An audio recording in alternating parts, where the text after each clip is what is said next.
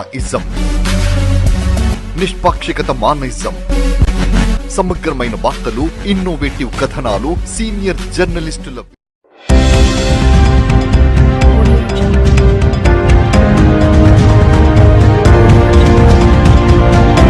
12వ రోజుకు చేరుకున్న భద్రకాళి శాకంబరి మహోత్సవాలు.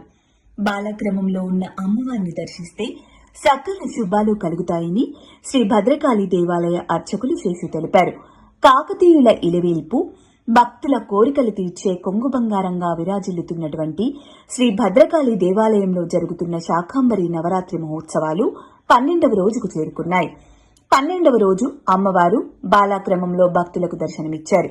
బాలాక్రమంలో ఉన్న అమ్మవారిని దర్శిస్తే అష్టైశ్వర్యాలు, ఆయురారోగ్యాలు సిద్ధిస్తాయని అర్చకులు శేషు తెలిపారు.